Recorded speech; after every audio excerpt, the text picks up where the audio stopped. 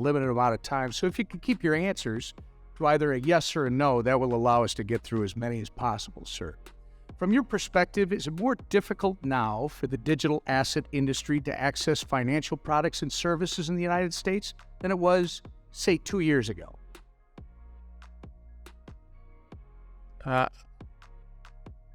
Sir, I'm not running one of those businesses. If they came into compliance, I'm reclaiming my time. The answer, sir, is yes. Do you think you and the SEC have had a role to play in that?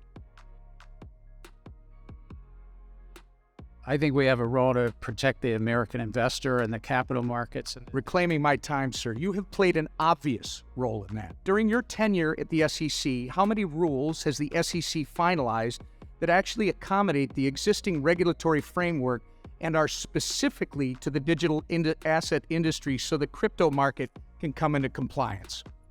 It's their rule books that are on the books for years, so we have not finalized any new rule specifically with regard to crypto. We've proposed some things in best execution. We have also... Sir, reclaiming my time, the answer is 0. And how many enforcement actions has the SEC levied against digital asset companies during your tenure, sir? I think it's probably 40 or 50. The answer, sir, is about 55. My understanding is that the biggest crypto failure in history is probably FTX at $9 billion. Were you the chairman of the SEC when FTX collapsed? Yes. And how many times did you meet with FTX prior to their collapse?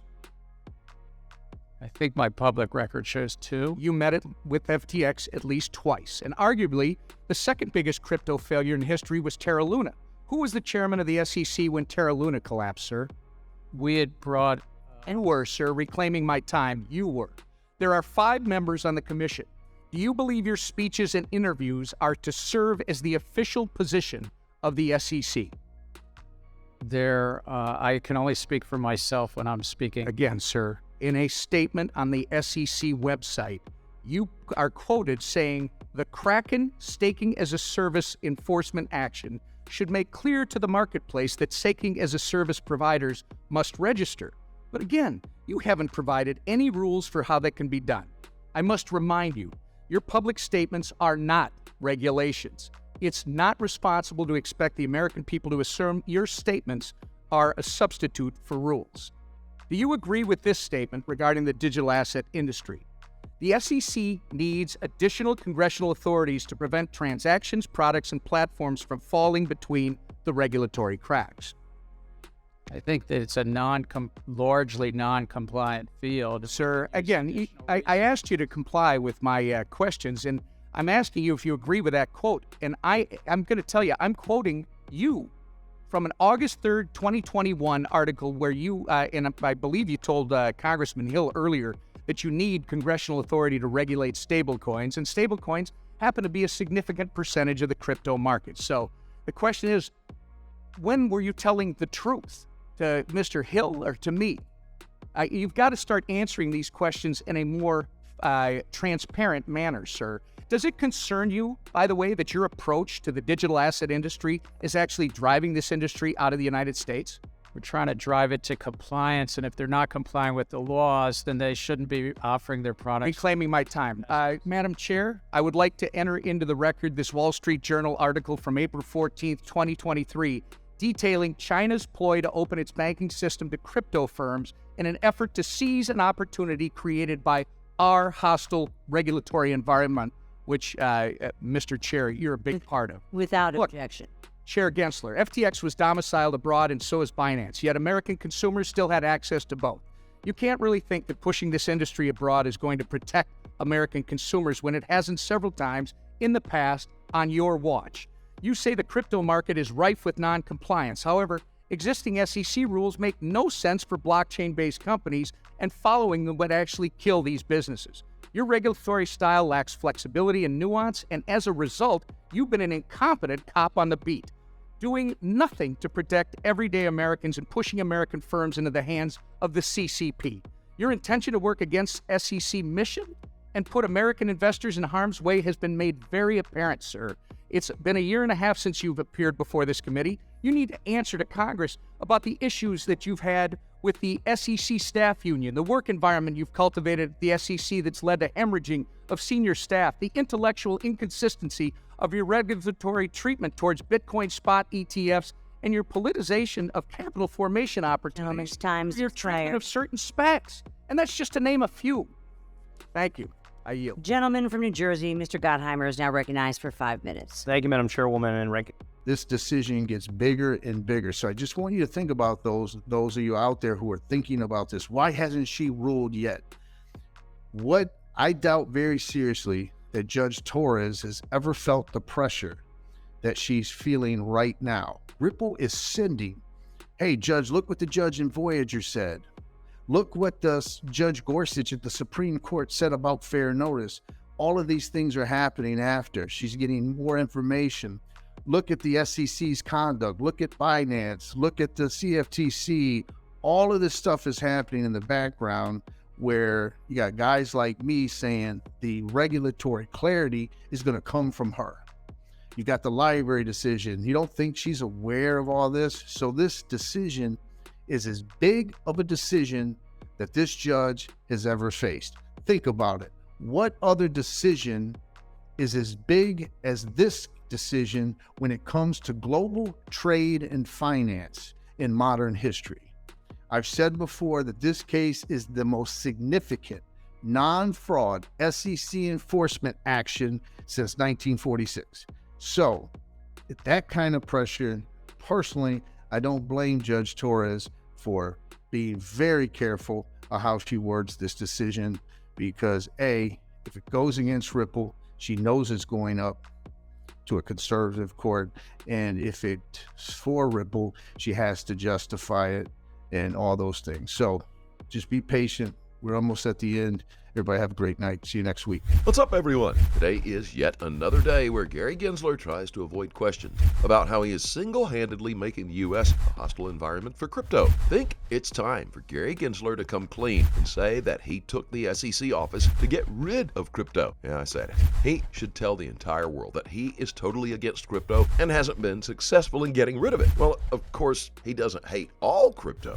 Gary has his favorites, for instance, Bitcoin and Ethereum. The rest, according to Gary, should get out of the U.S. Anyway, we'll roll that intro now and get to today's video. As always, welcome to Moneyside, your favorite crypto channel. If you're new here, hit that subscribe button and turn on notifications so you get updates when we drop new videos. Don't forget to smash that like button, and you can always leave a comment or a question in the section below. Coinbase goes on the offensive, and brother, you know I love it. Coinbase yesterday filed a unique petition under the law called a writ of mandamus. And while everyone else was in Twitter world was trying to figure out what the hell's a writ of mandamus, there's a community that was ahead of the game as usual for 2 years already knew what a writ of mandamus was. A writ of mandamus is when a company or a petitioner, individual, goes to the court and says that there's this government agent, officer, and they're not doing their job, and we need a court order for you, judge, to tell them to do their job. Now, why in the world would Coinbase have to file a writ of mandamus asking the SEC to do its job? Well, I found a clip, Crypto Law found a clip that kind of tells you the story. Let's play it. Securities Exchange Commission will sort that through, and they'll sort through not just the 1,000 ICOs, but they're actively looking at all the large cap tokens. And they should, because the market needs clarity. The uncertainty as to whether Ether is or is not a security, it could exist for months, but at some point in time, it's worthwhile to sort of settle that down. Now, if right now, just picture The Exorcist, the movie where she turns her head all the way completely around, because that's what my reaction is when I hear that. There needs to be certainty for Ether. That was 2018. We are 5 years later. And so what Coinbase has done, which is beautiful, is that I think they playing the long game here, people. They went back and they said, listen, in July of 2022, and they asked the SEC for clarity to basically say, okay, which tokens are we listing that you think are securities, and tell us how we can comply. Because 2 years ago, you, the SEC, gave us permission to go public with an IPO, and you didn't require us to register as an exchange that sells securities. So, okay, we want to comply. Tell us. And the law requires them, they're supposed to give a response, even if it's a no. But the SEC refuses to do that. And the law, basically, under the Administrative Procedure Act, says that this government has to basically respond within a reasonable time. Well, a reasonable time has passed, and they go in. Well, John says Coinbase has also gone on the offensive now against the SEC. This regulatory body will soon be the end of crypto in the U.S. if we don't take the bull by the horns. Granted, regulation is necessary in the crypto world, but not by enforcement. In fact, it's absurd that the SEC is enforcing its rule by summoning crypto companies and asking them to be compliant while there are no rules or laws set in place. I mean, what do these companies have to comply to? If today I woke up and started a crypto company, chances are I wouldn't know where to go in terms of regulations. That's the unfortunate truth about the SEC, and that's why Gensler is always avoiding questions by using long explanations that say really nothing. Ask any crypto company in the U.S. They will tell you to go to another country that's friendlier. So, is the SEC really protecting investors or their own self-interests? If all crypto companies move out of the U.S., will that be better or worse for the American citizens? And that's the long game we need to pay attention to. It's not as simple as Ripple or the SEC winning. This case is about the entire crypto system, and that's why the judge is taking so long to come to a conclusion. The truth of the matter is that this court case will determine the future of the entire crypto world and how the world perceives the American justice system. If the judge sides with the SEC, that will not look good in the eyes of the general public. You know why? In the time that Gary Gensler was the head of the SEC, we've had two colossal events: the collapse of FTX and Terra Luna. He has also repeatedly avoided creating policies to govern the crypto world. The American justice system needs a win, and the win here will be to side with Ripple. All evidences support Ripple's claim, and this win could finally make the U.S. the best environment for crypto.